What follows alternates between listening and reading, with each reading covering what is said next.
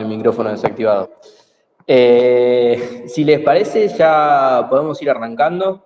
Todavía vamos a hacer tiempo igual porque, nada, primero que nada les quería comentar unas cosas. Primero agradecerle a Lauti por el espacio, por estar acá. La verdad que esto, nada, es un gran espacio, un gran acompañamiento. La verdad que esto lo hacemos pensado en un marco, o sea, no está sujeto a nada, solamente, o sea, no es solamente un grupo de estudio, sino que lo pensamos en el marco de un programa que hicimos que se llama Avanzamos Todos. La idea, obviamente, como lo dice el nombre, es que todos podamos continuar en la carrera, que podamos seguir metiendo finales, que podamos seguir con algo de lo que, para la redundancia, queremos todos, que es poder permanecer. Y nada, esto viene en conjunto a grupos de estudios, algunos quincenales, algunos prefinales, algunos preparciales, también materiales de estudio. En este caso tenemos algunos de Psicopato 2, tenemos también el caso Dora, tenemos distintos materiales para estos años. Y bueno, como dije, esto viene pensado en un marco porque entendíamos que hay varios compañeros que por distintas razones, obviamente sabemos que que no es la única razón de dejar de estudiar la cuestión académica, pero sí sabemos que es una gran problemática muchas veces si decidimos hacer esto como un sostén para entre nosotros, mismos compañeros, poder seguir permaneciendo en esta carrera que tanto queremos, pero que también por las circunstancias de la vida se complica bastante. Referido a esto, también deben saber ya que se vienen las elecciones, de que ya lo deben tener recalado ya varios años en la facultad. Y bueno, nada, también comentarles de que si les gustó lo que hicimos en el año, les gustó el FOSAME, las charlas, las propuestas que estuvimos trayendo durante el año, la idea esta del acompañamiento todo el año con distintas formas, no solamente con grupo de estudio, sino con materiales, prestando también test, algo que busca institucionalizarse, nos puedan acompañar. Estamos juntando adherencias, que ya lo deben resaber, es un aval, perdón, es un apoyo simbólico para nuestra agrupación y también, nada, bienvenidos sean a poder elegirnos este año. Creemos que este año la Facultad de Psicología puede cambiar, que podemos tener un centro en serio, y no mucho más que eso. Era un poco hacer esta introducción a los grupos de estudio y también contarles esto, de que queremos que suceda como algo no aislado, un grupo de estudio de vez en cuando, sino como un programa de acompañamiento para los estudiantes que ingresan, que permanecen y ojalá egresen. Así que no mucho más que eso. Los dejo con Lauti, agradezco de vuelta a Lauti por el espacio y a ustedes por... Yo te quería preguntar, dijiste que tenían qué de Dora. ¿Cómo? Tenemos un material explicativo sobre el caso Dora. También tenemos material de Psicopato 1, de Psicopato 2, de Funda 2. Calculo que Funda 2 con él ya la cursaron, pero sí tenemos materiales en nuestra mesita de Psicopato 2, de Psicopato 1, ahora muy justo para el final, y tenemos un material explicativo de todo el caso Dora, con distintos conceptos y ordenado cronológicamente, y después la explicación después del todo el caso. Okay. Obviamente sintetizado, pero sí mucho para aclarar. Uy, ahí se desconectó el auto. Bueno, vamos a tener que aguantar ahora. Que se vuelva a conectar.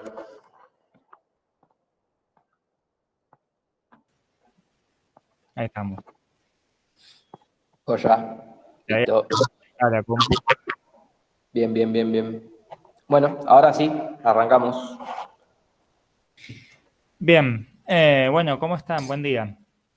Yo aprovecho el espacio este de avisos matutinos y bueno, yo soy docente de la Facu, soy profesor de psico y fui adscripto de Psicopato 2 años y no me gusta para nada las clases expositivas. Así que por eso les preguntaba, bueno, qué situaciones les hacían ruido a ustedes, qué les hacía pregunta para al menos empezar a apuntar por ahí.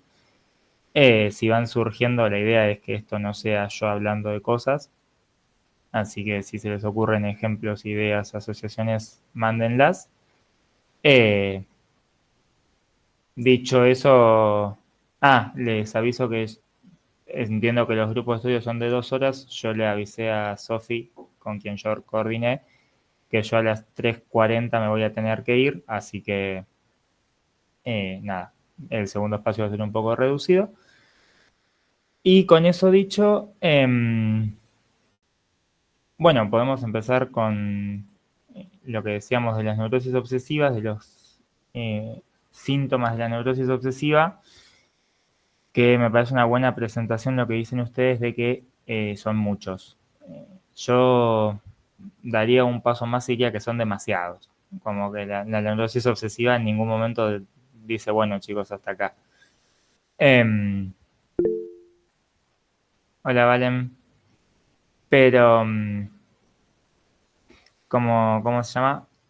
De vuelta, si durante la mención o la charla de los síntomas surge una pregunta, una asociación con otra cosa, interrúmpanme. Yo siempre digo lo mismo, yo digo muchas boludeces, así que cuanto más me interrumpan, mejor. Pero, bueno, neurosis obsesiva. Ay, perdón, yo antes de que arranques quería decir que ayer repasando, yo estoy más que nada con los teóricos, los videos y las clases PDF, ¿no? Y repasando el PDF decía como que, porque por ejemplo, viste esa enumeración así tan larga de, ay, ¿cómo son? Son tantos, no me acuerdo ninguno, pero bueno, ceremoniales, medidas protectoras, bueno, todo ese abanico inmenso, se me hizo la idea como que por ahí lo enumera más en lo que sería la primera y segunda nosografía hasta el hombre de las ratas, y vi que lo que hace más que nada en 1920 es como decir, bueno, la cuestión acá se resume en síntomas positivos y negativos, y ahí también agrega la cuestión, o sea, en relación a la satisfacción, ¿no? Y agrega, bueno, la de que sería, que es como una ganancia para el super yo, que haya satisfacción en la renuncia. Pero ahí la pregunta iría como, bueno, esa enumeración tan como desordenada que hace correspondería más a las primeras dos nosografías, ¿o no? Porque ya después lo reduce a, bueno, positivos o negativos.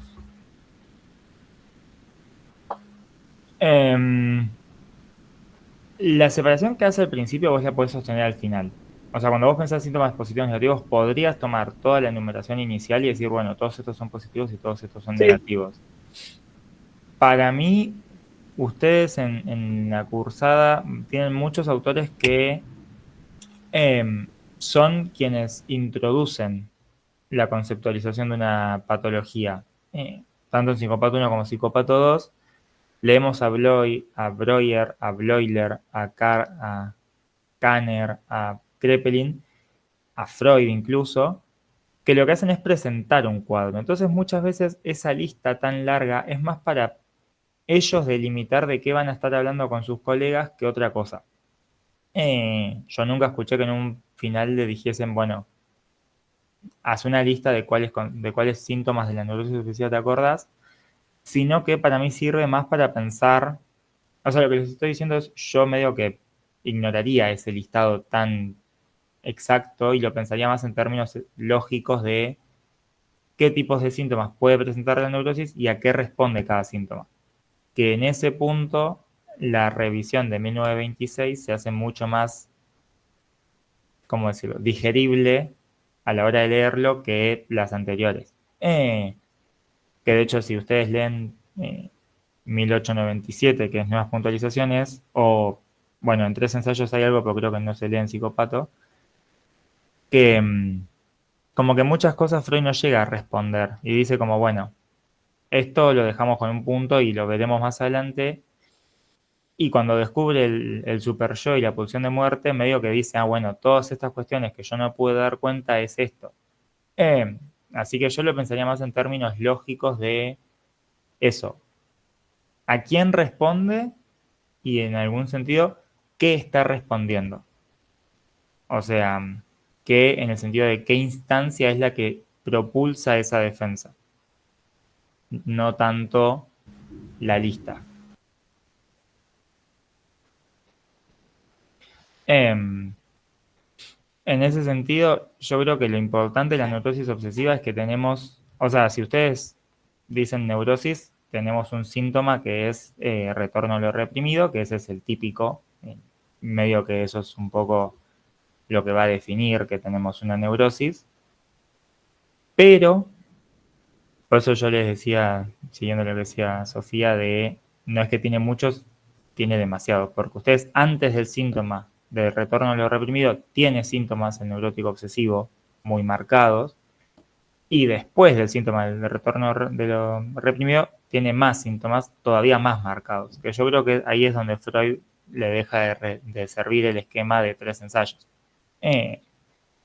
Porque en la medida en que piensa articulándolo, ahora hacemos un listado de los síntomas en específico, pero si lo pensamos a nivel estructural, hasta 1926, hasta inhibición, síntoma y angustia, él piensa que el síntoma sirve para ligar algo de una angustia flotante, y en el caso de la neurosis obsesiva, un mismo síntoma como que sigue desprendiendo angustia. Entonces dice, cómo esto que se supone que lo alivia, lo produce. Que después, cuando en 1926 plantea que en realidad el síntoma es una forma de reducir la angustia y no de ligarla, lo que dice Freud es, bueno, no está sirviendo para reducirla, es un síntoma más fallido. Ahora, los síntomas de la neurosis obsesiva, yo la lista no solamente no se las recomiendo, sino que yo no tengo ni idea cuál es la lista. Podríamos deducirla, pero principalmente yo creo que hay 3 puntos fundamentales de los síntomas de la neurosis obsesiva. El primero es el que ustedes podrían asociar muchísimo más a una presentación paranoica en el sentido lógico de a qué viene a cumplir ese síntoma, que son los síntomas de carácter, que mientras el paranoico es desconfiado, el obsesivo caricaturesco es pulcro, es limpio, es reservado, justamente por todas las formaciones reactivas enaltecidas de la infancia, que serían el primer punto que debería llamarnos la atención. Siempre yo creo que está bueno recordar que en esta materia y en general después no se piensa la clínica como algo que simplemente está así, no es que hay alguien que es obsesivo y lleva la etiqueta y se lava las manos, sino que si alguien viene y ustedes notan el día que si hacen clínica, que es una persona muy reservada, muy cuidada, con muchas precauciones, bueno, que algo de esto les resuene, que algo de ese carácter les haga chispa. Eso digo que se puede asociar a la parte paranoica porque ambas estructuras tienen, entre otras asociaciones, un fuerte arraigo en la personalidad del sujeto. Tanto el obsesivo como el paranoico desarrollan mucha parte o una gran parte de su personalidad a través de la misma estructura. Después tenemos el síntoma que yo creo que es el menos conflictivo, que es el síntoma retorno a lo reprimido, que es el de la representación obsesiva. Que bueno, acá lo podemos pensar como idea, no idea impuesta, sino idea obsesiva, comparándolo con la esquizofrenia. Como lo que pasa es que los ceremoniales son más avanzados, pero ciertas repeticiones pueden ser retorno a lo reprimido, pero que justamente tienen esta característica de que es una descarga pulsional desfigurada. Y el problema que presenta el obsesivo, que para mí es donde empieza su caricatura, es que esa solución que en algún punto él mismo da no lo satisface. O sea, si nosotros pensamos el síntoma como una solución a la que se llega entre la defensa y el ello, la misma defensa dice, no, esto no me gusta. Y ahí empieza el segundo problema de la neurosis, que en la histeria no ocurre, que es justamente esa defensa contra la defensa. Que ahí es donde está más enaltecida la lista, seguramente, cuando ustedes lo hayan estudiado, que están los ceremoniales, que están los rituales, que están los delirios. ¿Por qué son síntomas? Porque lo que empieza a ocurrir, dice Freud, y Lacan retoma, es que algo de aquello de contra lo que se estaba defendiendo se filtra en la defensa. ¿Cómo funciona esto? Supónganse... Ahí sería, perdón, lo del delirio que tiene un componente racional y uno como, ¿cómo dice delirante? Sí, una parte más inconsciente, pero que lo importante del delirio obsesivo es que hay una parte yoica. O sea, que el yo medio que empatiza con ese delirio, que lo construye él mismo también. Eh, no Ahí me- desde el componente racional o desde el componente como patológico, decís. no, no, lo importante del componente del delirio obsesivo es que hay un componente racional. Claro, ahí está. Eh, o sea, si ustedes lo piensan, el delirio paranoico o algunas ideas deliroides de la histeria es algo totalmente irracional sobre lo cual el sujeto elabora soluciones racionales. Racionales en el sentido de que si yo les digo, yo soy un paciente paranoico, y les digo que si yo camino por una calle impar, me van a matar. Entonces solo camino por calles pares. Caminar por calles pares es una solución lógica y racional que yo elaboré, pero la idea que la sostiene no es racional, es algo impuesto. El obsesivo, en la base de ese delirio hay algo racional, porque el delirio se construye en una primera instancia como una defensa, en el sentido de que, em, supónganse, tomando el ejemplo del anexo del hombre y las ratas, que yo cada vez que voy a salir de mi casa se me presenta la idea de vas a matar a tu padre. Una idea impuesta obsesivamente, compulsiva, que a mí no me gusta. Entonces digo, bueno, para no matar a mi padre voy a ocupar mis manos lavándome. Entonces antes de salir de mi casa me lavo las manos. Entonces, lo que en un principio empieza a ser que yo me lavo las manos para no pensar en eso que se me compulsó, el, el impulso, las van que plantea Freud, que antes estaba en la idea, se filtra en el lavado de manos. Entonces yo ahora no puedo salir de mi casa sin lavarme las manos. Ya no aparece la idea, ya ni siquiera aparecen los retazos, pero no puedo salir de mi casa sin lavarme las manos porque en algún momento eso me sirvió como defensa. La diferencia justamente con el delirio paranoico es este. El lavarse las manos fue una decisión racional para evitar otra cosa. Em, Desde su inicio está constituido de una manera mixta. Y ahí medio que pueden meter casi cualquiera de los nuevos, o sea, de los síntomas más, diría, me sale accesorios en el sentido que son más llamativos, más espectaculares de la neurosis obsesiva. Pero, ¿y los síntomas que son, por ejemplo, el síntoma en dos tiempos, que es lo que después él llama anulación, y el aislamiento, lo que es el ipsis, todo, ahí todos esos, ¿en qué como gama entrarían? Esos no son parte, esos yo los agregaría, yo muy violentamente, en lo que yo les dije al principio de los que son más de rasgos de carácter, porque no tienen que ver, esperen un segundo, porque no tienen que ver con el juego de la defensa y lo reprimido. Son más, bueno, Freud los llama técnicas auxiliares. Son formas de existir, básicamente. El obsesivo, em, dice Freud, interactúa muchas veces a través de este vínculo. Em, que es el aislamiento, para mí es el más llamativo. El obsesivo te puede hablar de que se murió un pariente sin que se le mueva un pelo, no porque esté deslibidinizado, sino porque hay algo ahí que se cortó. Em, pero no necesariamente tiene que ver con este juego de algo que se reprime, se defiende y surge de vuelta desde la defensa. Claro. Que puede aparecer, pero que no es necesariamente asociado a eso.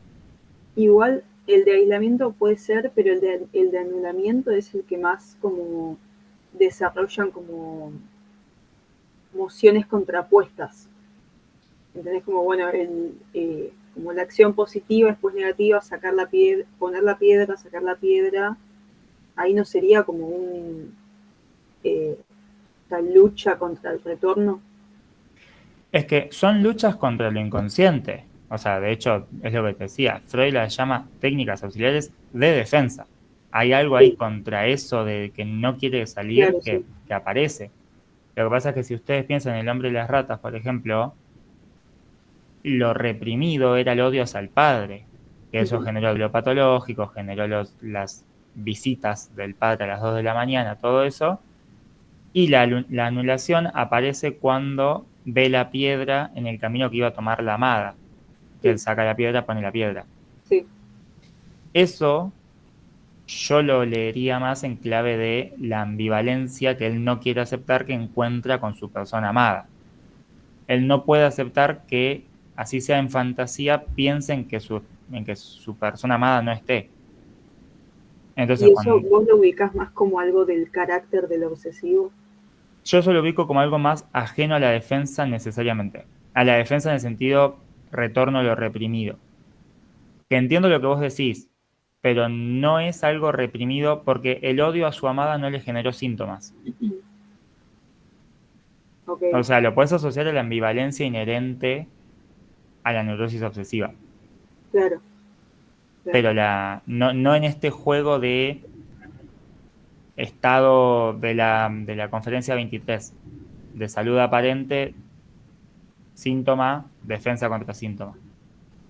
Claro, sí, porque además, o sea, siguiendo lo que decís, era más como una situación particular de, bueno, cuando pasa la amada, cuando, situación hipotética de que pasaría la amada nunca trabajé, que entiendo que lo que decís es como, esta situación es distinta a generar un nuevo síntoma para frenar uno anterior. Ahí, Claro, por ese lado iría. que todo tiene un poco que ver, o sea, ustedes piensen que Mm, estamos siempre hablando de técnicamente un mismo sujeto, que sí, ya Freud dice que el problema del sujeto obsesivo es que en la regresión libidinal separó las pulsiones y no se quiere hacer cargo de eso. Em, entonces, si ustedes piensan en los síntomas, es posible que ustedes puedan hacer una lectura de cierto síntoma en dos tiempos muy amplio que aparece en un síntoma y después un síntoma antisíntoma. Pero Freud no lo piensa así. Freud piensa en la acción o en la resolución eh, producida en un binomio que se opone a sí mismo. Hacer algo y después deshacerlo. Eh, pero, pero activa el micrófono y interrumpime, no levantes la mano, ¿vale? Hola chicos, ¿cómo andan? Lauti, yo tengo una pregunta, no sé igual si terminamos con el otro tema, no quiero... No sé si quedó lo Juli de, levantó ahí la mano. bien, síntomas. Genial. Bueno, estoy un poco trabada, pero tampoco sé si hay que darle mucha bolilla. Cuando Lacan hace la segunda versión del mito, o la segunda lectura, así lo interpreté yo como la segunda lectura, del mito hablando de la neurosis obsesiva, que en un momento habla de unos desdoblamientos narcisistas que no entendí nada, realmente. Y no sé si hay que darle bolilla o no. Me costó mucho esa parte. Desdoblamientos narcisistas. Sí, tengo acá un apartado que si quieren lo leo, que dice, los llamados desdoblamientos narcisistas. El yo se desdoble en un pequeño otro, en un partener, compañero, en una actividad, especialmente en un espectáculo que está ahí para perjudicarlo, con el que debe competir, montando una escena en la que se bate a muerte con ese pequeño otro rival, y dice qué pasa como en una muestra teatral, pero bueno, y ahí habla del tercero que tiene que estar mirando toda esa escena como un gran otro. Pero bueno, no sé, yo ya no sé si estoy cansada o qué, que no sé. Em, es importante, digamos. Hay un concepto muy cercano a eso que estás diciendo vos, más avanzado en Lacan. No sé si lo quiero saber. No, mentira. Ustedes No, lo decímelo. trabajan igual, que es la pantomima. No sé si lo Claro, pueden asociar. claro. Yo, eso que Lo de la leyó hazaña. Valentina, Sí, Lo leí ayer al PDF y entiendo que esto de desdoblar estos dos como campos, dice el neurótico obsesivo, en el amor y en el trabajo, ese desdoblamiento mortífero que dice que hace, entiendo que lo hace a partir de la pantomima o la hazaña obsesiva, ¿o no? Iría por ahí, Lautaro, puede ser. Claro, lo que pasa es que también piensen que el mito individual es un texto mucho anterior al texto de la pantomima. Por ende, es un texto mucho más rudimentario. Lacan no tenía todas las herramientas que después tiene para pensar la pantomima, pero totalmente. Es lo que Pasa dice que Juli. justo en el PDF como que corta, o sea, introduce esa cuestión del desdoblamiento y te queda como una cuestión de decir, che, pero ¿por qué lo dijo? Y siguiendo a eso, se introduce como la cuestión de la pantomima o de la, o sea, la hazaña y pantomima en neurosis obsesiva serían como lo Lo mismo, mismo. ¿no? La hazaña sería la pantomima del neurótico obsesivo. claro, dice, la pantomima tiene una forma de hazaña.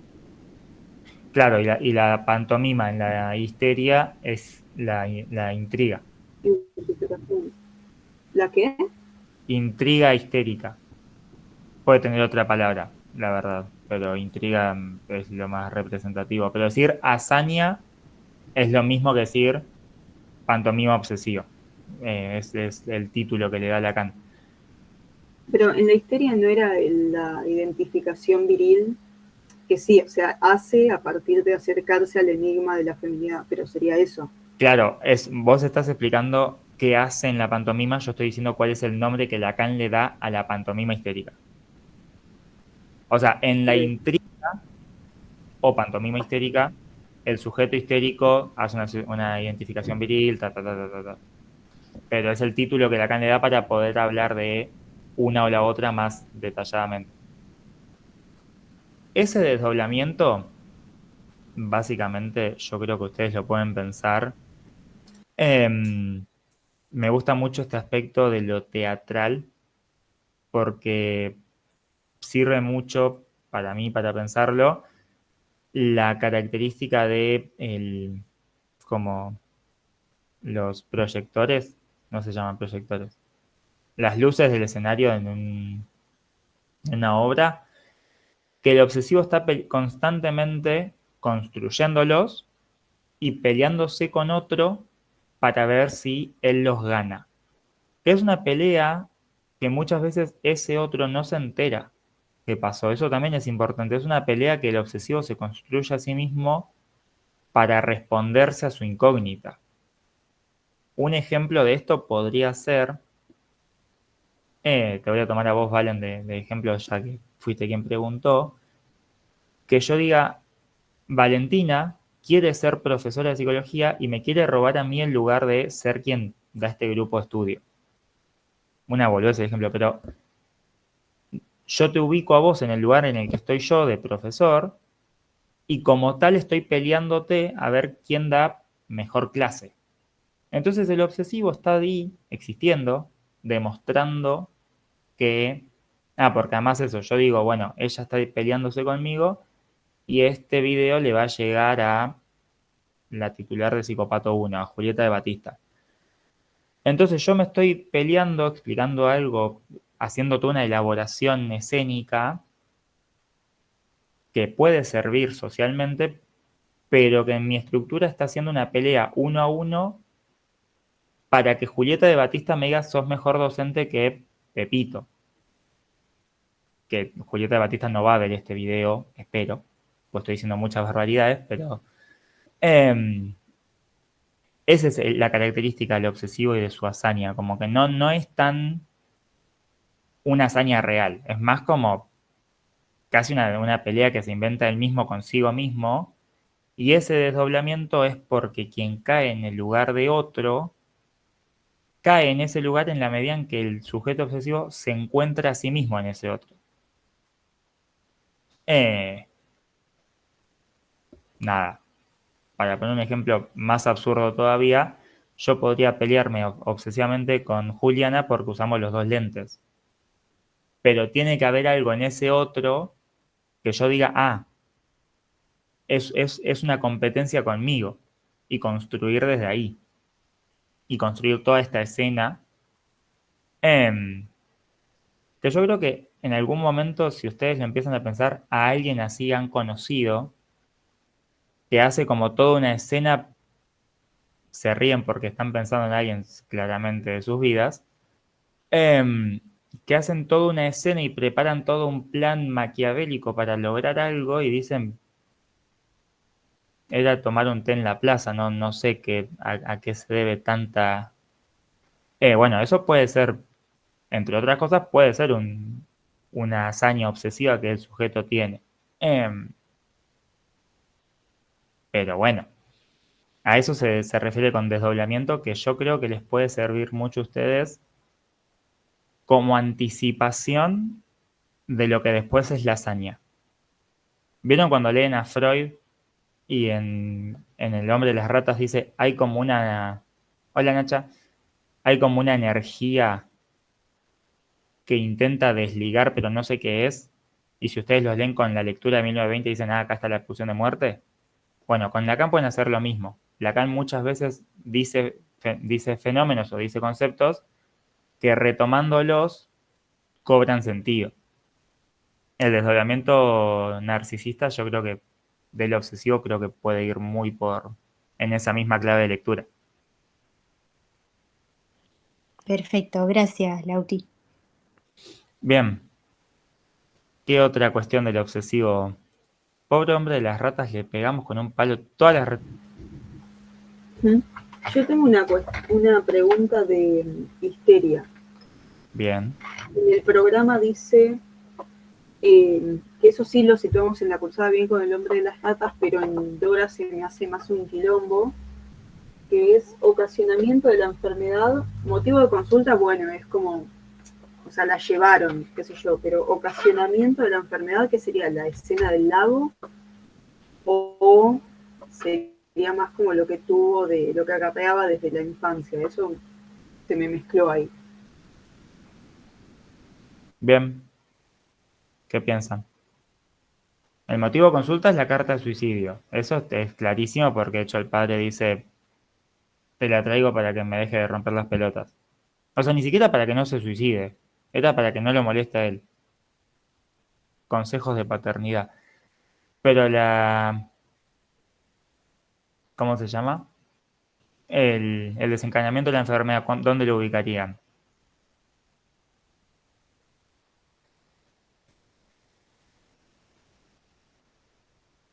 ¿Cómo define Freud la enfermedad? No, bueno, Lacan.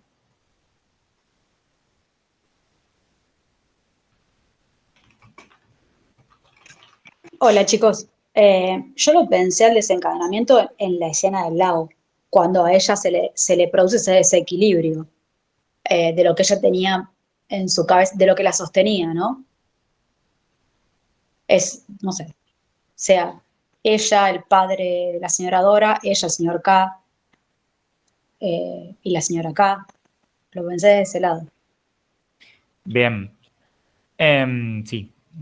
Sí, el desencadenamiento. A mí desencadenamiento siento que les va a complicar más de lo que les va a ayudar.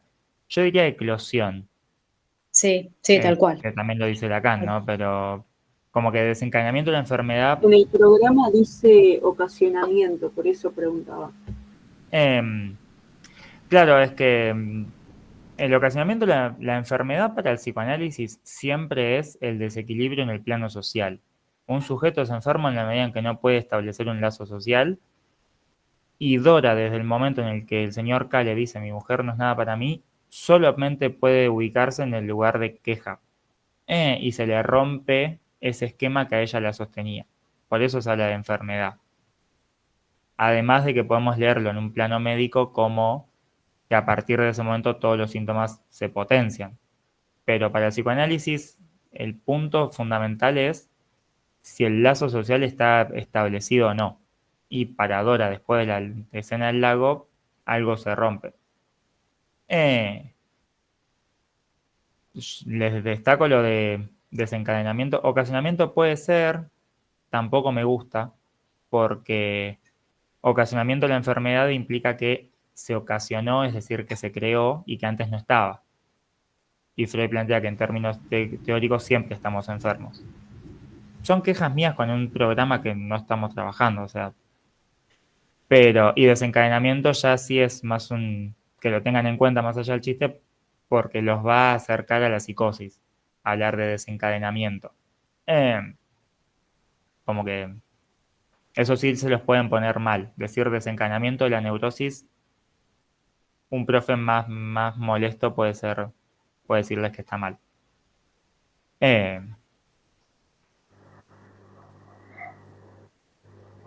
Pero ¿cuál sería la palabra entonces?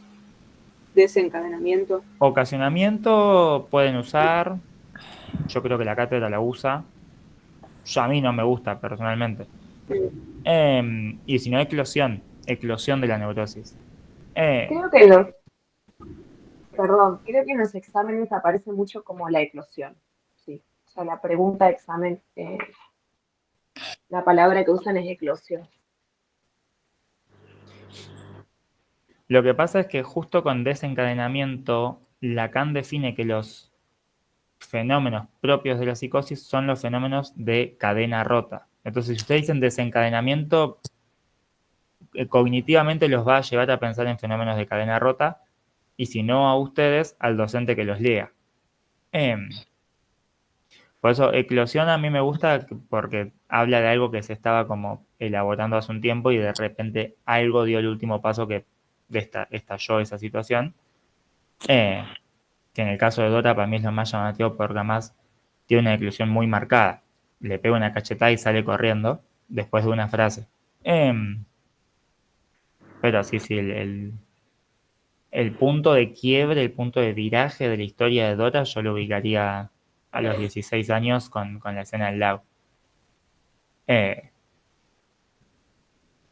Que también tiene muchos síntomas Claro, antes más y tiene muchos puntualmente síntomas después. con las palabras del señor Cano. Claro. Sí, en el momento en el que Dora elabora algo de eso de que la señora Khan no era el enigma que representaba la sexualidad, era una X, era un cero a la izquierda.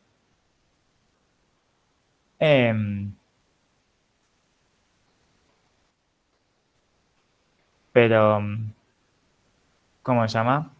Ustedes piensen que Dora ya a los 12 tosía, ya a los 8 tenía dolores de cabeza histéricos. O sea, ya hacía rato venía con síntomas, esto, que por eso le digo lo de la eclosión, que iban como burbujeando, como ebulliciendo síntomas. Pero en la escena del lago algo se le rompe. Después con Lacan leemos que eso que se le rompe es el cuarteto de la intriga, todo eso. Pero Freud no descubre eso. Freud descubre que se le rompe algo y que es que a ella le gusta el señor K. Cuando preguntan por determinismo y función,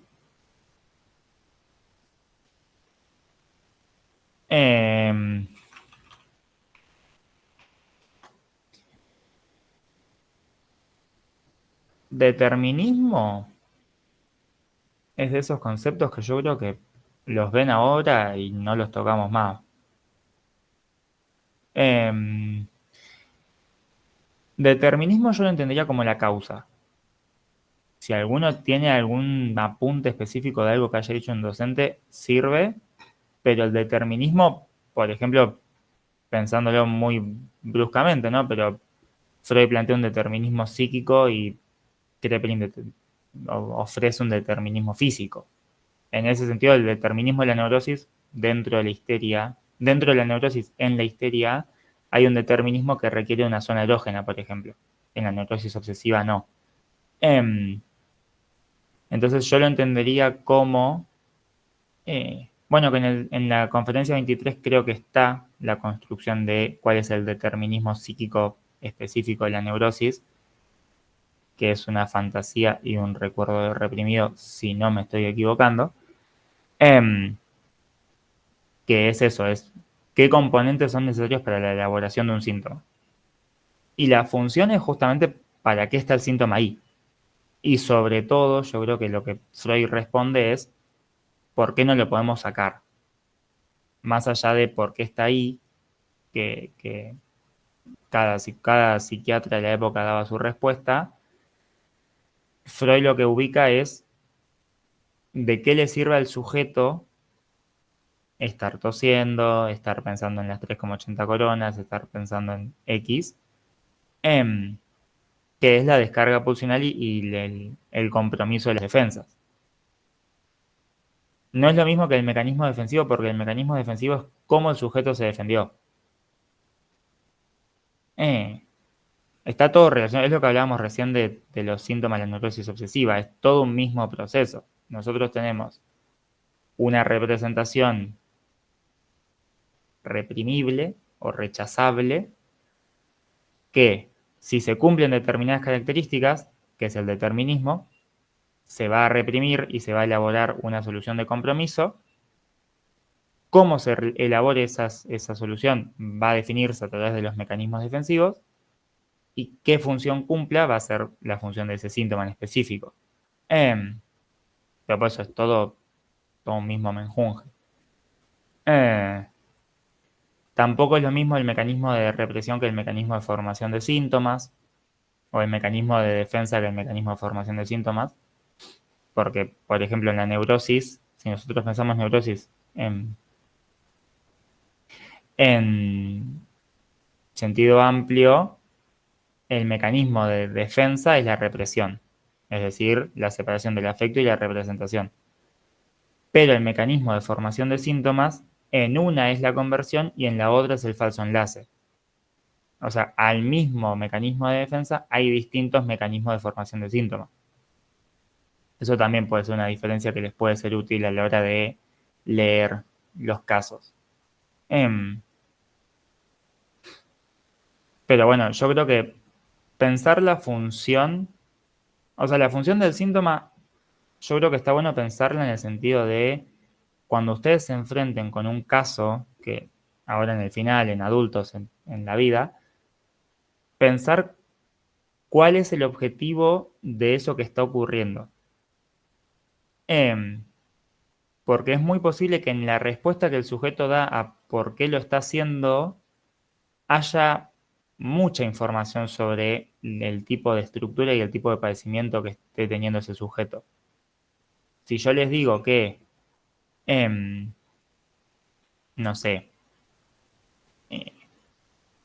bueno, por ejemplo, el fenómeno que tiene el hombre de las ratas en algún momento, en el inicio de sus recorrido patológico, empieza a hacerse así cada vez que le aparece la idea. No sé si lo llegaron a leer, que le aparecía la idea de cortarse las venas y él se hacía así, en la frente.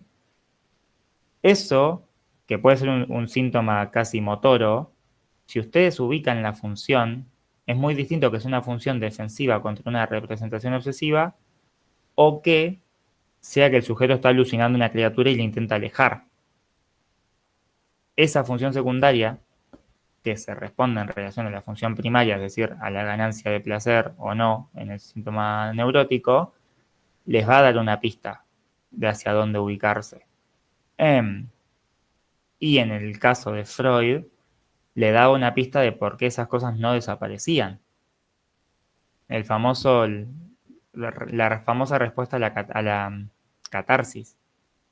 Venía la paciente con la pierna dormida, yo la curo y a la semana vuelve con la pierna dormida. O sea, hay algo ahí que...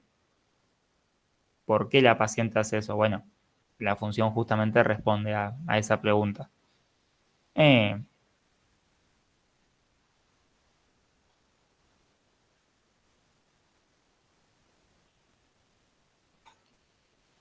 Bueno, iba a decir adiós, pero se fue. Bien, estamos muy neurosis. ¿Alguna duda más de neurosis? ¿Alguna duda de psicosis? ¿Alguna duda de perversión? No se preocupen que perversión nunca entra en los finales, pero a veces está bueno.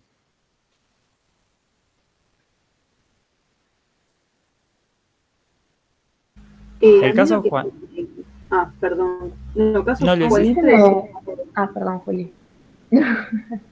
No, preguntá vos, que yo pregunté un montón de veces ya. Ahora después terminás vos y preguntas yo. No, me parece que iba por ahí también. Que a mí, si el caso, sí que cuando yo entré tarde porque estaba esperando el link, a mí se me complica un poco más pensar en la neurosis obsesiva en Lacan. ¿Cuál es la vuelta que le da Lacan?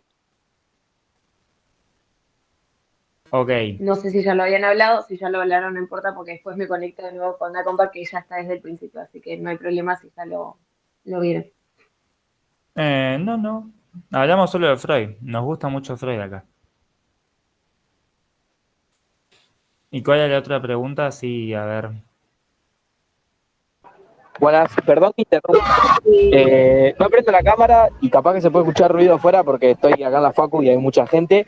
Les quería comentar, ahí pasé el segundo link. No sé si lo vamos a tener que usar porque a veces este Meet no se corta. Y si llegan a conectar al link que pasé, vamos a tener que esperar 5 minutitos. Así la inteligencia artificial que graba los repasos empieza a grabar. Pero yo calculo que no se me va a cortar. Solo quería avisar eso, así pueden seguir tranquilos. Vamos a copiar el link por si esto se corta de repente. Nunca confíen en la tecnología. Bien. ¿Cuál es la segunda pregunta? Ahí vamos con Lacan igual y la neurosis obsesiva. Sí, yo no es tanto una pregunta, es más como Marta. una confusión que se me hace entre duelo patológico, dolor anímico y melancolía. O sea, es como, no sé, como que se me confunde bastante todo eso. Ok. Por suerte, 2 preguntas chill. Chicos, yo me voy bajando. Desarrollen ustedes. Uy, se me cortó la cámara de vuelta. Dame un segundo.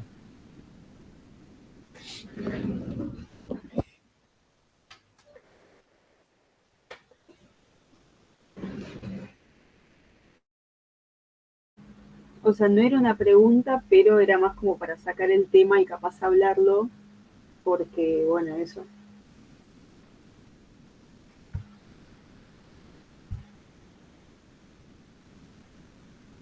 Hablábamos con una compañera acerca de esto del dolor, ¿no? Que aparece en una de las preguntas, que no es algo que lo hayamos visto tan explícito. Y pensamos que por ahí esto del dolor se asocia al duelo, no dolor como una entidad aparte, sino asociada al duelo o al dolor psíquico que se padece en eh, los dos cuadros, ¿no? Melancolía o duelo patológico. O sea, dolor anímico y duelo iría como por el mismo lado. O sea, como tener que volver a las representaciones, reinvestirlas y después sacarles la libido. O sea, sería ese mismo proceso. Yo creo que si estás pensando dolor anímico, sí. Para mí está presente. No, responde. No, lo mismo que para mí está presente en ambos cuadros el dolor anímico.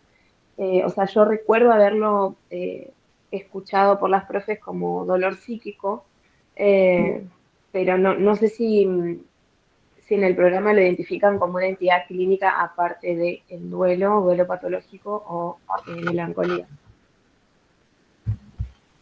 Claro, yo lo que iba a decir es que si ustedes están pensando el dolor anímico como un malestar psicológico en el sentido de lo psíquico, está bien incluirlo en las 3. Si ustedes lo están pensando como una homologación del dolor moral, solo es melancolía.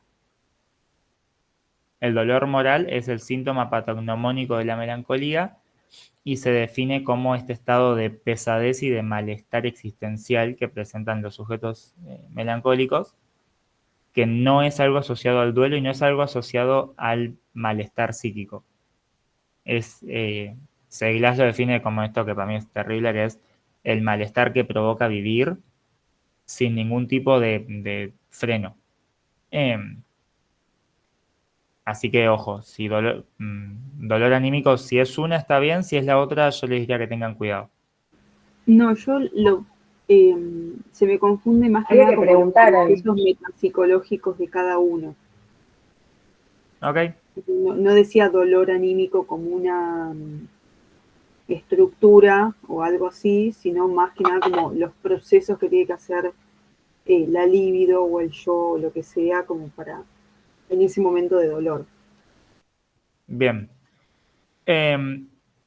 Dolor anímico yo lo dejaría de lado, si es así. Correlo y quédate con duelo patológico y melancolía. Como bien describe su nombre, el duelo patológico es la versión patologizada, es decir, si estamos pensando desde Freud, si decimos patológico, quiere decir es un duelo que problematiza al vínculo social. Y es el duelo justamente que aparece por excelencia en la neurosis obsesiva. Mencionado eso, primero vamos con la neurosis obsesiva en Lacan. Lacan lo que pasa es que en la neurosis aporta poco, aporta en el sentido de agregar cosas. Ustedes con Lacan lo que pueden hacer es leer lo que dice Freud más claramente en algún sentido, eh, con la única salvedad tal vez del deseo, que tal vez es un poco el punto donde más ruido hace porque es el punto más novedoso que propone Lacan. Em, el deseo yo creo que hay algo que se tiene que ubicar de base y es que el neurótico frente al objeto que ocasiona su deseo se angustia. No es el objeto de su deseo. Si yo deseo esta taza, no es que cuando yo me encuentro con la taza me angustio. Cuando yo me encuentro con eso que originó mi deseo en la taza, me angustio. Porque ese origen es la falta, es la castración. Lacan asocia que a la base del deseo se lleva, se porta la marca de la castración. Dicho mal, nosotros deseamos porque estamos castrados. Si nosotros fuésemos completos, no desearíamos. En ese sentido, el neurótico, histérico u obsesivo, construye estrategias para poder desear sin alcanzar eso que desea. En el caso del histérico, lo que construye es justamente una estrategia para, diríamos, culpar a lo que lo sostiene. Dicho bien, es castrar al eje simbólico o al gran otro, pero es justamente eso. Bueno, yo quiero una taza, pero justo esta taza no es. Entonces no es que mi deseo está mal, es que eso que se me ofreció no era. Entonces siempre está buscando eso que le falta, siempre castrando ese sistema que le devuelve una respuesta. Otro ejemplo son las histéricas de Charcot, que pasaban 15, 20 años y el médico decía, no, lo que usted tiene es tal cosa. Y la histérica iba y decía, no, no tengo eso, tengo otra cosa, no sé qué es, pero yo sé que vos no lo sabés tampoco. El obsesivo, un poco más delirantemente, para mí la obsesión se acerca mucho a la paranoia muchas veces, decide que el deseo va a ser solventable, básicamente. Entonces, lo que el obsesivo va a producir es o un deseo que es totalmente inalcanzable, es decir, que está más allá del campo del gran otro. Ustedes piensen que decir campo del gran otro es el campo de lo que sostiene al sujeto. El gran otro puede ser la institución, puede ser la cultura, puede ser la familia, pero algo que lo sostenga. Algo que esté más allá de todo sostén, bueno, eso deseo. Yo deseo tomar un té en China, pero me dan miedo los aviones, entonces no me subo a los aviones. Y bueno, pero hay algo que se contradice en la estructura propia de lo que vos estás diciendo. O bien, más allá de ese objeto de deseo que queda fuera de la lógica del simbólico, propone la famosa reducción del deseo a la demanda. ¿Qué quiere decir? Si yo digo que quiero esta taza, traerme esta taza en específico y 3 copias por si la que me trajo no era la que me gustaba. Que en el caso de un deseo material es más confuso, pero si, por ejemplo, caricaturizándolo, yo digo, quiero que alguien me abrace, el obsesivo viene, me da un abrazo y se va. Porque me abrazó, que fue lo que yo pedí. Pero hay algo de ese no se puede decir qué, que al obsesivo se le escapa. Esa escena, yo una vez lo viví viéndolo en un amigo que me pareció magnífico, que la novia dijo, me das pocos besos, y el chabón le dio un beso en la frente y se fue.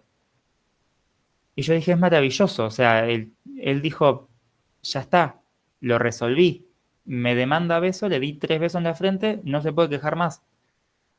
Y bueno, y hay algo de ese indecible, de esa castración, de eso más propio del deseo, que no solamente se le escapa, sino que él quiere que se le escape.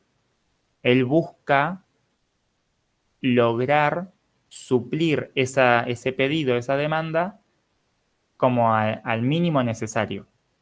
Rasgarlo lo más posible de cualquier tipo de sutileza, de implicación, de sublimación. Es como, esto, vos pediste esto, te doy esto y punto.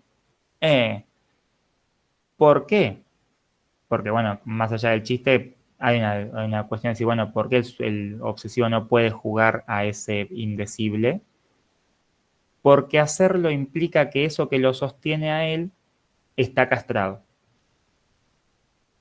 O sea, si a mí me sostiene un sistema y ese sistema falla, implica que lo que a mí me sostiene puede fallar. Si ustedes están parados en un andamio y ven que el andamio medio que está flojo, dicen, espera que me bajo, porque esto se cae en cualquier momento. El obsesivo entonces refuerza y refuerza y refuerza ese sistema para que nada se le escape, para convencerse a él de que no va a flaquear su estructura. Ambos fallan. Eso que estás desarrollando es un poco lo que Lacan no dice como que el obsesivo reduce imaginariamente el falo y se identifica con él, en el sentido de que el obsesivo, con esto de la hazaña, de mostrarse todo el tiempo fuerte, de mostrarse sin la falta, lo degrada ahí. Lo degrada lo imaginario y puede ser que se identificaba con eso como para decir, bueno, yo no estoy en falta. Sí. Okay. Sí, y además que el falo simbólico es un falo, lo plantea Lacan, mucho más asociado a el no saber. De hecho, es el falo por excelencia de la histeria, es el lugar de esa gran incógnita. Si ustedes lo piensan, de hecho, en el esquema Z, donde Lacan ubica a la incógnita neurótica, es donde ubica también el falo simbólico. Porque hay algo ahí de una construcción justamente falible. Esto que está como siempre como puesto en juego. El falo imaginario no, el falo imaginario muy básico. Es yo tengo un auto más grande que vos, soy mejor. Que para mí en ese punto, más allá de todas las críticas que se le pueden hacer al psicoanálisis en plano feminista o de machismo, me parece que ese caso es bastante, tengo el pito más grande, constantemente. Tengo mejor auto, tengo mejor ropa, tengo perfume más caro. Todo eso, que Freud lo metaforiza en Palo Pene y Lacan medio que lo retoma, es lo que le encanta al obsesivo, porque el obsesivo puede delimitar eso. El obsesivo puede decir, yo tengo una camioneta más grande que vos y yo tengo un perfume más nuevo. Porque están los números, porque está estipulado, porque todo se puede delimitar en una estructura infalible. Porque en el momento en el que esa estructura falla, el obsesivo no está seguro de nada. Que ahí está la pregunta maravillosa del obsesivo de ¿estoy vivo o no? El obsesivo necesita que algo lo resignifique a él constantemente. Sea la competencia, sea el falo imaginario, sea el otro que lo reconoce, necesita ese sostén. Ese sostén, claro, sí, sostén está bien. Porque en la histeria es un lugar mucho más identificatorio y mucho más de un juego de saberes implícitos. El obsesivo, de hecho, el hombre de las ratas dice que necesita que cada una semana el amigo le diga que es una buena persona. O sea, tiene que ir y decirle, che, vos estás seguro que yo soy buena persona. Sí, sí, sos una buena persona, si vos... Ah, bueno, gracias. Y se iba y a la semana volvía. Em, Ser buena persona también es un falo imaginario. Porque yo soy mejor que vos porque soy buena persona. En la lectura que hace el hombre de las ratas de ser buena persona. Que bueno, nada, siento que esto también es la complicación de Lacan. Hablamos del deseo, hablamos de los falos, imaginario simbólico, tocamos muy de rebote la pantomima, entonces está todo asociado. Si nosotros pensamos en el deseo, el deseo obsesivo como aquello que lo sostiene a través del simbólico, que en la pantomima lo que lo reconoce a él en la competencia sea lo simbólico, se cae de lleno. O sea, el obsesivo necesita que el registro simbólico esté agarrado ahí, sin fallas, sin agujeros, sin dudas, sin nada. Digo lo de la pantomima porque si ustedes piensan en la pantomima del obsesivo, siempre hay un tercero que sirve de juez, de verdugo, de todo. Pero eso, la pasa bomba el obsesivo, chicos. Cuestión. Con eso, si me pude explicar en lo que implica el deseo obsesivo, duelo y melancolía, me parece que es otro tema con muchos matices. Si lo enfocamos desde Freud, punto fundamental y como central de la comparativa, el duelo es lo que a todos nos pasa cuando perdemos un objeto de amor. Metapsicológicamente hablando, es la redistribución y recapitulación de energía libidinal de ese objeto que perdimos hacia nosotros.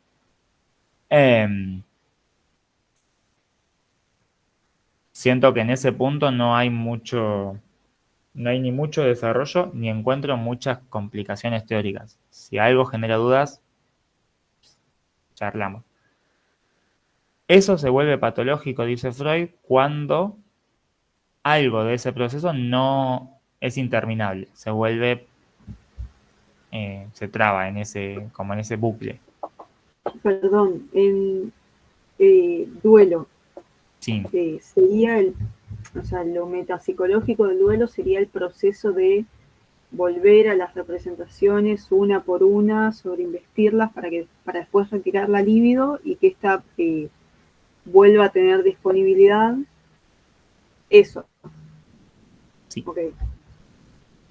Sí, porque si ustedes piensan lo fenomenológico del duelo, o sea, nosotros siempre pensamos fenomenología, estructura y metapsicología.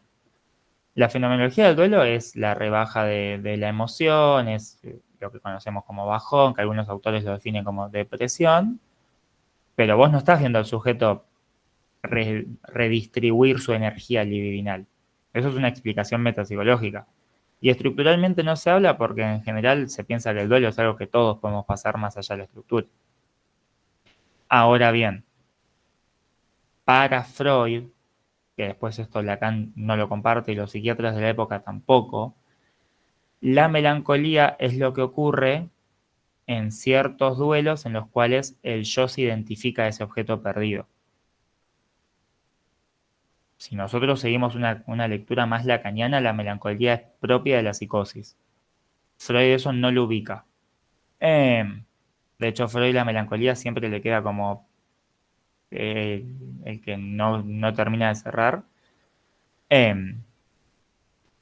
Pero el duelo patológico, o sea, volviendo, el duelo patológico es, tenemos un objeto, ese objeto se pierde en la realidad, y nosotros tenemos que traer todas las energías que hayamos puesto sobre ese objeto tienen que volver. El duelo patológico ocurre cuando hay una desmezcla de energías pulsionales y nosotros amábamos al objeto y a la vez lo odiábamos. Y lo que plantea Freud es que cuando esas energías de odio generalmente no se elaboran, ese objeto sigue cargado de odio, pero sigue cargado energéticamente. Ustedes piensan en el hombre de las ratas y que nunca pudo aceptar que odiaba al padre. Entonces el sujeto elabora las energías pulsionales positivas o de amor y elabora, bueno, el objeto sigue cargado. Elabora, el objeto sigue cargado. Y entonces el sujeto queda como en este plano de elaborar aquellas energías. Elaborar me refiero a traerlas de vuelta y hacerlas operativas a nivel dinámica inconsciente. Las elabora constantemente a las energías de amor o a las pulsiones amorosas y nunca termina de tramitar ese duelo porque hay algo de la pulsión de destrucción que busca desconocer. Nada, para mí el caso del hombre de las ratas, más que un caso de neurosis obsesiva, es un caso de duelo patológico porque estuvo 15 años sin poder superar que el padre se había muerto porque nunca pudo superar que él odiaba al padre también. O sea, ahí lo que estás diciendo es que partiendo desde la desmezcla, las pulsiones tiernas hacia el objeto perdido es lo que se elabora y lo mortífero de la ambivalencia de ese objeto, como está inconsciente, no se termina de elaborar. Eso sería. Claro. Claro, porque me queda lo de que el que está atravesando duelo patológico se culpa por la muerte de su, así como un rasgo como característico que saqué de los Power, como que se culpaba por la muerte de ese objeto. Es que la culpa, Por el Lacan deseo dice, inconsciente de que muera. claro, Lacan dice que cuando hay culpa hay deseo. O sea, a nosotros nos genera culpa aquello que nos produce deseo. Lo cual me parece que en un principio decís, está re loco, pero si uno lo empieza a analizar desde el sentido clínico, tiene un peso eso. Si el hombre de las ratas decía, me dio culpa no poder salvar a mi padre, el deseo ahí es que el padre se muera. O sea, lo que le está dando culpa es que él en algún lugar disfrutó no haber podido salvar a su padre. Y eso no lo elabora y no lo trabaja y no lo hace consciente, entonces queda como burbujeando ahí. Y se hace un duelo eterno porque nunca se trabaja eso que produce malestar. Te escuchamos, Julia.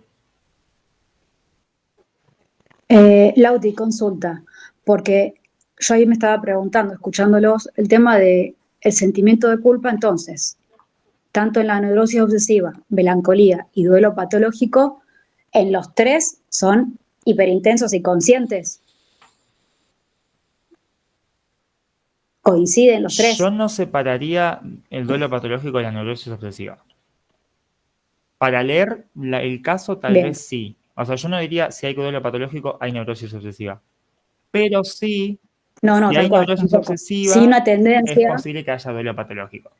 Como que, tal cual, como que está más predispuesto el sujeto de la claro. neurosis obsesiva para un duelo patológico. Y Está bien. lo que pasa en la melancolía es que hay una rebaja del sentimiento de sí, hay un autodesprecio, pero no está tan marcado Sí. por la culpa. O sea, el sujeto melancólico va a decir soy la peor basura que le pasó al mundo. Exacto. No, yo podría haber salvado a mi padre, sí. Se siente culpable directamente. Se siente menos. Está O bien. sea, es posible que el obsesivo o Sabe. aquel que atraviesa un duelo patológico. ¿Cómo? En melancolía se sabe culpable. Hay como una Claro. conexión ahí. que por ahí en el obsesivo se traduce más a culpa. El melancólico está convencido de que es su culpa, de que es una basura, de que... Tal cual. Y con el tema del super yo se va a someter siempre a la severidad del super yo, porque se confiesa culpable siempre el yo. Sí, Pero ahí el camino regresivo igual la libido en el duelo patológico, eh, la libido del duelo patológico no vuelve al yo, no vuelve nunca al yo, y en la neurosis tampoco. En cambio, en la melancolía puede volver al yo, porque por identificación con el objeto. Como toma las características del objeto, eso vuelve al yo. Y de ahí viene el tema de la desmezcla pulsional. no, ahí viene, claro, sí. Lo que pasa es que técnicamente, como Freud, yo creo que lo estaba pensando, haciendo Mm, mucha futurología, si el sí, objeto en la vida real desaparece, sí, el sujeto de alguna manera tiene que destruir y reconstruir ese objeto en manera exacto, psíquica, como un objeto ya, para empezar, pasado. exacto. Lo que vos decís es que el sujeto, al identificar su yo al objeto, lo que Ujú, busca destruir es a su yo. Y ahí se le complica, porque justamente está intentando erradicar algo que sigue ahí, que claro, es justamente por lo que Freud dice que el melancólico es bastante propenso al suicidio, porque dice, bueno, la forma de erradicar esto es erradicar todo de base. está bien. Em, En el Al duelo introyectar las patológico no se da características, esta introyección, ¿verdad? De los aspectos negativos. no. no, O sea, no hay regresión Bien, de la ahí libido hay del yo. una diferencia entonces en la metapsicología. claro, es Exacto. que de hecho, si nosotros, lo que pasa es que el texto de Conferencia 23 es un poco posterior, pero Sí. si nosotros pensamos que en la melancolía hay una introyección de la energía al yo, muy neurótico no es, incluso desde Freud, porque Freud dice que el neurótico regresiona su libido a la fantasía y el parafrénico introyecciona su libido al yo. Y el melancólico introyecciona su libido, no la regresiona. Entonces ya ahí hay algo que decís muy neurótico, no suena. No, tal cual. Em, pero bueno, Freud después la ubica como una neurosis, la melancolía. Entonces, nada. A mí algo que El- me ayuda a diferenciarlos también es esta certeza de significación que aparece en la melancolía, que suelen darnos en los exámenes, con ejemplos, donde por ahí en el obsesivo, por los ejemplos que nos han dado, ¿no?, en la cátedra, aparece una duda o una conciencia de que hay una idea absurda en ese pensamiento. En cambio, en la melancolía hay una convicción, o que es como, lo asocio a este sistema delirante también, cuasi paranoico, como que no se puede romper esa idea. No, no hay forma de convencer al melancólico de que estas cuestiones de empobrecimiento yoico no son así en la realidad. Sí, sí, es que totalmente, pero bueno, volviendo, si Como nosotros para hablamos... pensar en identificar, ¿viste?, esos rasgos. Sí, sí, sí, sí. Pero bueno, si nosotros hablamos de certeza de significación, de posición inamovible, de introyección, de vuelta, muy neurótico no va a sonar todo el resto. O sea, hay algo ahí de la estructura que yo creo que a Freud se le escapa. Porque Freud no hace esta diferencia y de hecho es lo que les digo, en 1923 Freud define que la melancolía es un tipo de neurosis. Pero ustedes leyendo los síntomas pueden ubicar justamente esto que decían las chicas, como que hay algo ahí que se está jugando que no es. Sería muy raro que haya alguien con síntomas histéricos y una melancolía marcadamente melancólica, porque el mecanismo que las produce son bastante distintos. Por eso Lacan después lo ubica como una psicosis, claro.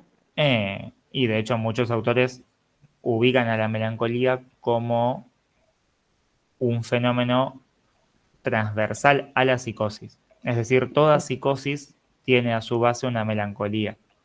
Como que la Bien. melancolía es la última defensa, pero bueno, eso no es Freud, eso es Eso es Lacan, sí. Claro, eso Yo es lo que pondría ahí en post-Lacan. juego en la última, en esa parte de la tercera neurografía, es dónde están puestos los conflictos, como para diferenciar la neurosis narcisista. Viste que dentro de las neurosis narcisistas, ahí pone a la melancolía, Claro, sí, sí, y sí. bueno, el conflicto está entre el yo y el super yo. Para mí eso, y si estuviese dentro de una neurosis, sería entre el yo y el ello.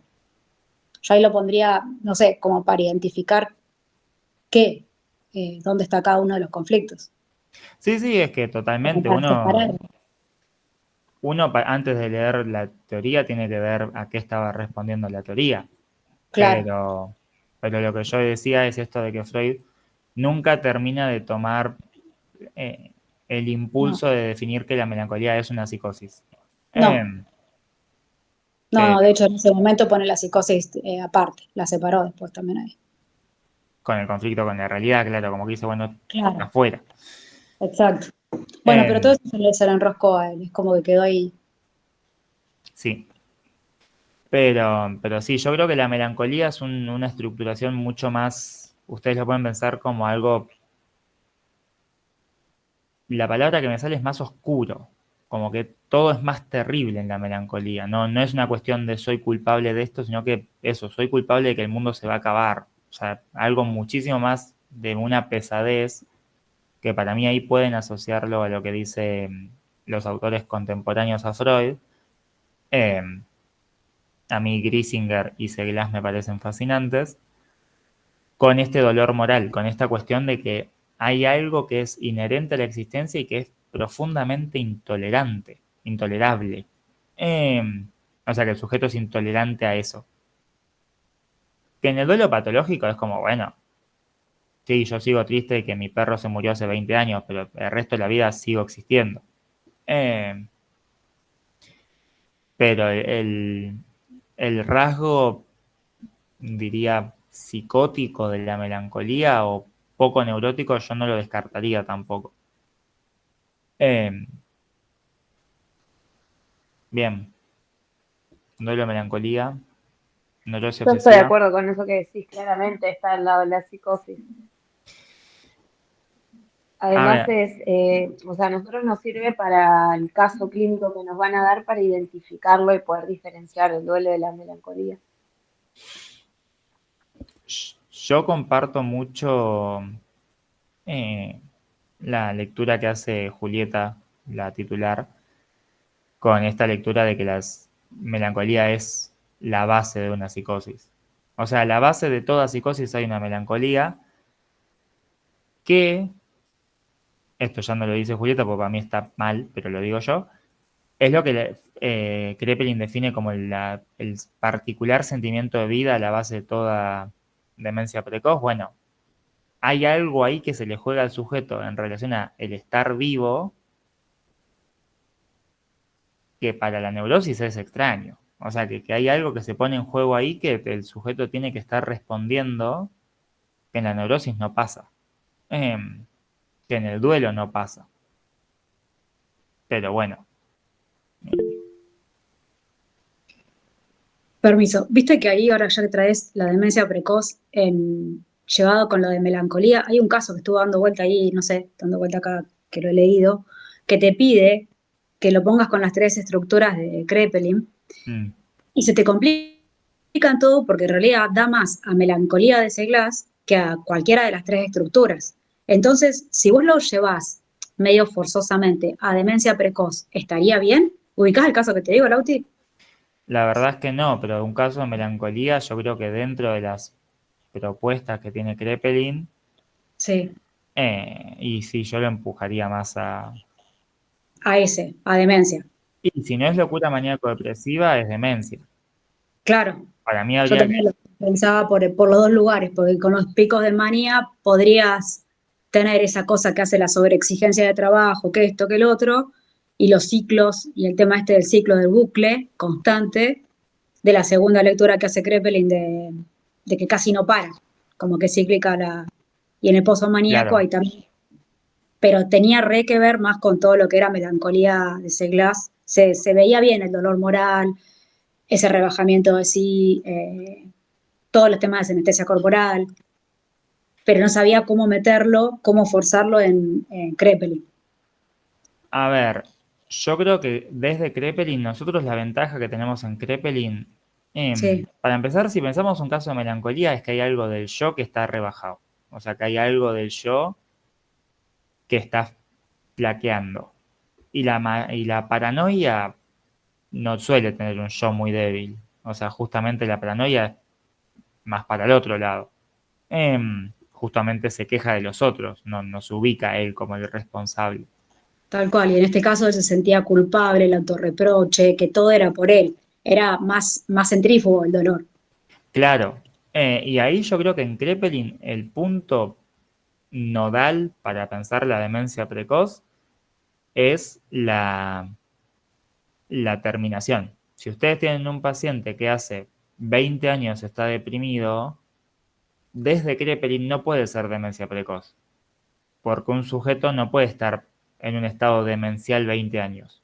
Tendría que haber ya desarrollado la demencia, la pérdida de la identidad. Que puede ser que no encuentren el fenómeno cíclico, pero Krepelin define que el fenómeno cíclico de la locura maníaco-depresiva puede ser muy sutil. Puede ser que un fin de semana tenga el periodo maníaco y vuelva a bajar y ustedes no lo noten. Em, pero el plano temporal, el plano diacrónico de la presentación en Krepelin para mí es fundamental. O sea, si ustedes, eso, leen un caso, yo me acuerdo que hay un caso durante la cursada de una mujer que hacía creo que 6 años o 7 estaba con un estado de depresión o de angustia muy profunda, pero cuando tenía las entrevistas era una persona con todas las esferas, todas las facultades cognitivas intactas. Y eso muy demencia precoz no suena. Claramente tampoco suena locura maníaco-depresiva, pero si nos tenemos que forzar, la distinción se las puede dar el plano diacrónico. El decir esto, bueno, ¿cómo evolucionó esta situación? Em, Siempre recuerden que para Krepelin, la demencia precoz, lo dice él, es precoz porque ocurre pronto en la vida y es precoz porque ocurre rápido. O sea, porque desde que se desata la enfermedad hasta el final demencial de pérdida de la identidad y de destrucción psíquica, pasa poco tiempo. Eh, Eso les puede servir bastante para leer los Lauti, casos. una pregunta en relación a eso.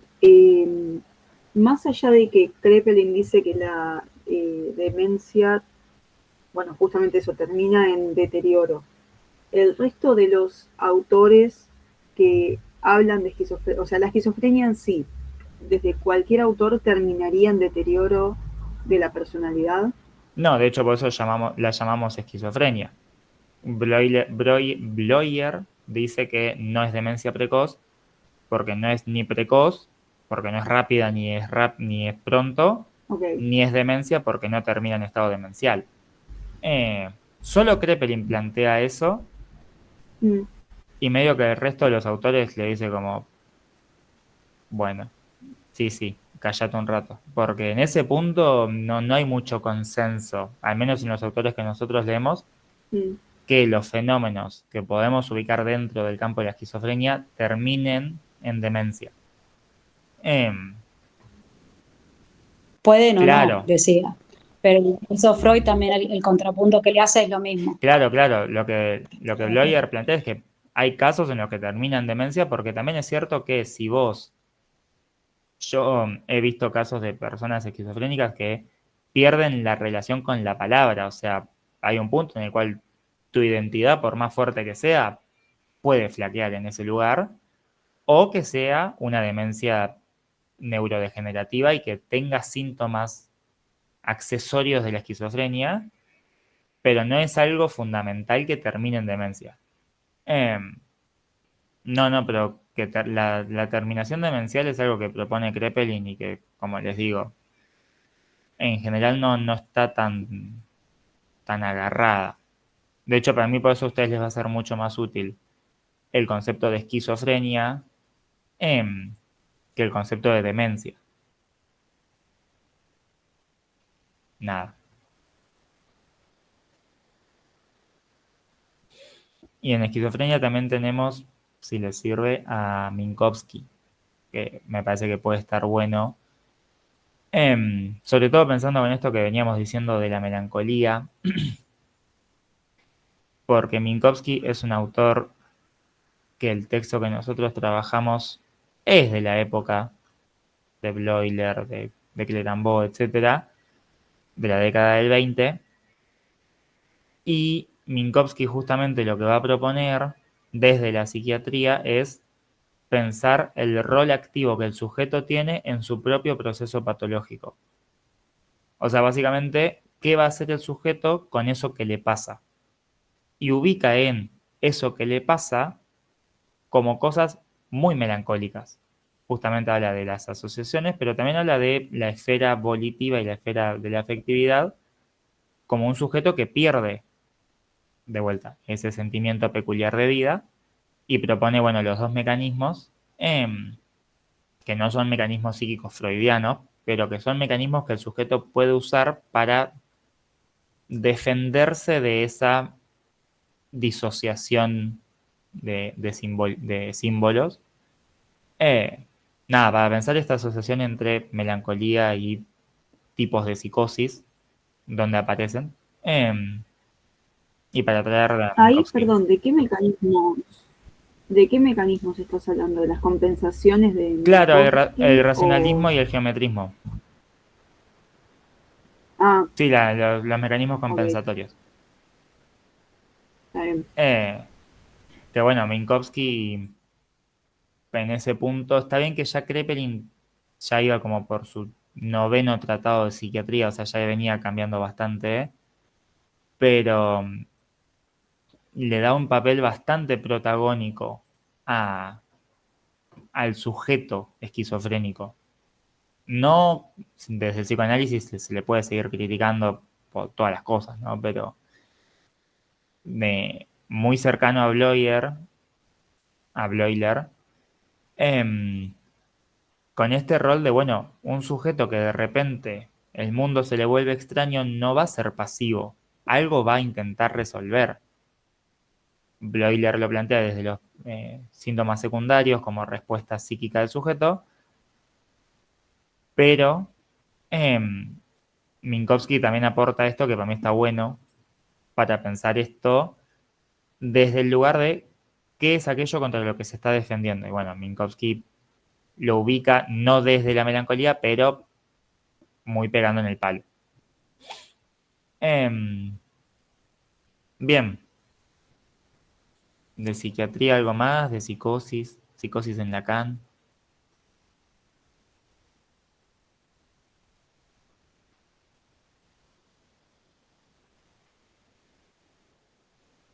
Bueno, siempre psicosis en la cara, siempre es una incógnita.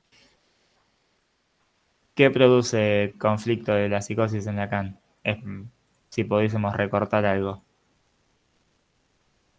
No, no, a mí desde el vamos, desde los registros, desde cómo se va instaurando para Lacan, o sea, es como que me cuesta mucho figurarme lo que propone Lacan, porque bueno, venimos como una formación muy freudiana.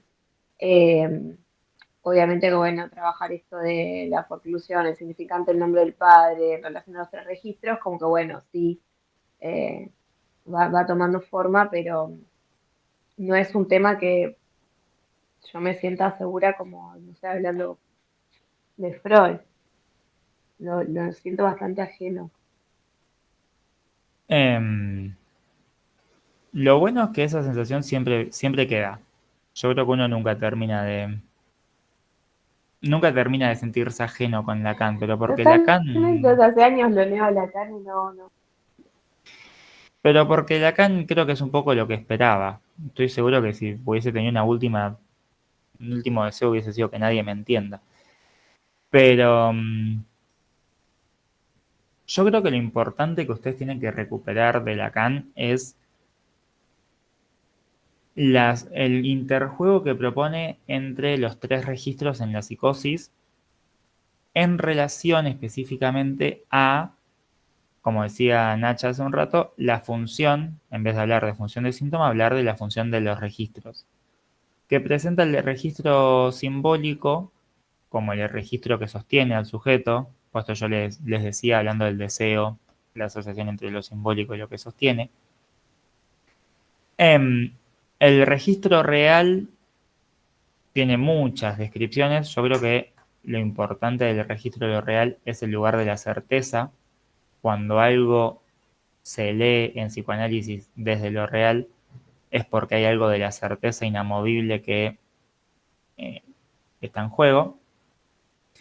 Y el registro imaginario como cierto vínculo con el otro y con la agresión. Porque Lacan lo que va a decir es que cuando el sujeto no puede responder desde lo simbólico, por la forclusión y por el el agujero en el fallo simbólico que implica el agujero, todo eso, lo que quiere decir es que el registro simbólico para ese sujeto no da sostén. No da ningún tipo de sostén, no da ningún tipo de orientación. Lo que se le responde y lo que se le crea al sujeto es una respuesta a través de lo real. Es decir, una alucinación, un delirio, algo que tiene una posición inamovible en el sistema y que le sirve al sujeto de cierta ubicación. Eso, yo creo que lo más lógico es pensarlo en ese lugar. Si ustedes piensan en lo simbólico, tienen que estar pensando en dialéctica, tienen que estar pensando en un juego de significantes, es decir, de representaciones de cosas, de simbolismo en el sentido de yo digo A y quiero decir B, digo B y quiero decir C. Eso en la psicosis no se puede poner en juego, porque el sistema simbólico tiene demasiados agujeros para ser operativo a la estructura.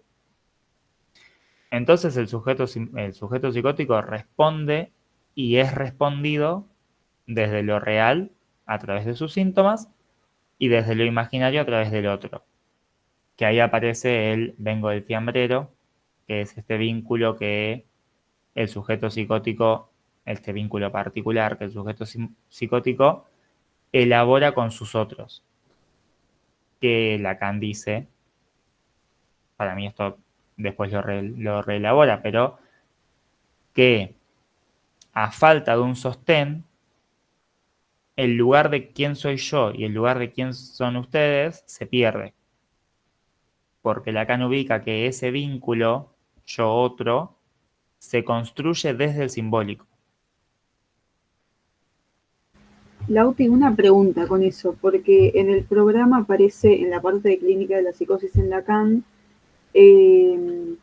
formalización de la solución de Schreber y sus componentes, goce transexualista, metáfora delirante, el amor a su mujer, el lugar del testimonio y el papel del ideal y la asíntopa. Eso que decís como lo que no se sostiene en lo simbólico, de alguna forma no sé cómo decirlo, como que se restituye de alguna forma capaz tambaleante a partir del papel del ideal, ¿o no? Claro. Que es la sostén de lo imaginario a causa de la falta del sostén en lo simbólico. Claro. Porque ayer viendo eso nos habíamos quedado con, por ejemplo, el amor a su mujer, que sería el sostén que tiene, o sea...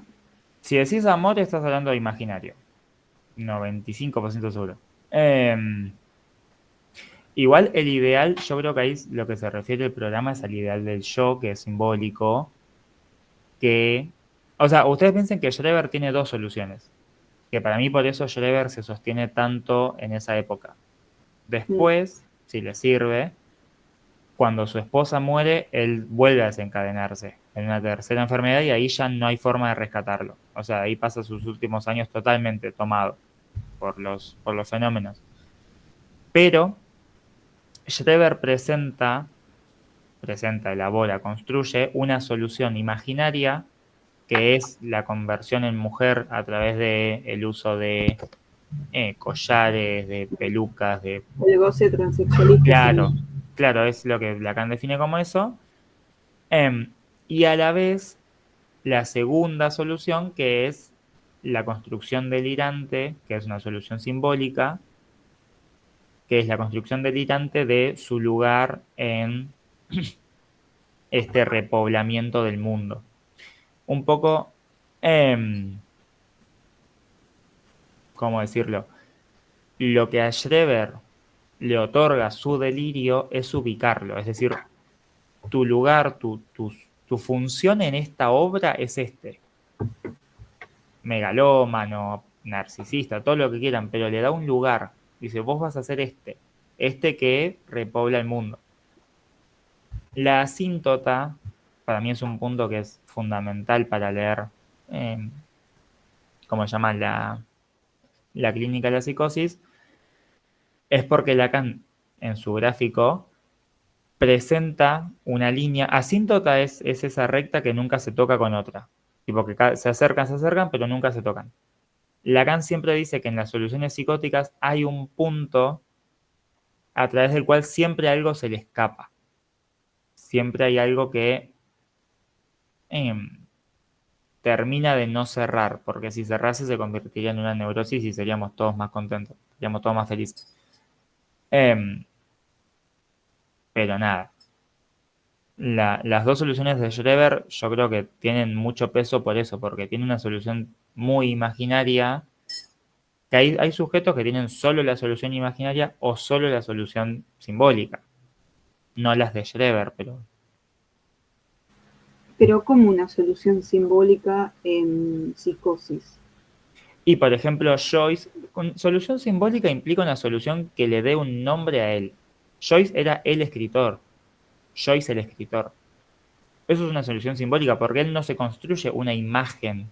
No, él no se viste como Joyce el escritor. Él es Joyce el escritor. Hay algo del nombramiento de su posición que le permite una construcción distinta. Porque no es que en la psicosis el sistema simbólico no está. Eso también es importante. Está fallado. Sí. Pero está ahí, está. De hecho, una de las. Por eso también está como la metáfora delirante, ¿o no? Claro, es lo que o sea, por eso puede metaforizar a través de del alguna delirio. forma. Está bien. De hecho, hay una autora que ustedes van a leer si no cursaron todavía Clínica de Adultos, que se llama Colette Soler, que plantea que el delirio a veces puede ocupar ese nombre del padre, porque puede ser una estructuración simbólica que le devuelva al sujeto una forma de pseudo metaforizar. Porque el sistema simbólico está ahí, está con sus agujeros, pero está. Sí, porque ayer hablábamos con una amiga que, por ejemplo, si no estuviera lo simbólico, no podría, por ejemplo, hablar. Claro. Sí, por eso, pero Schreber como que le pega y tiene las dos a la vez. En general no pasa. Bueno, yo como les dije, y cuarto me tendría que estar yendo, así que no sé si está Bruno por ahí o desaparecemos todos. Buenas. No, estamos. Bueno, nada, de vuelta agradecerte, Lauti, por el espacio. No sé si se escucha quilombo, ¿no? Pero se recibió gente y están con bombos y todo eso.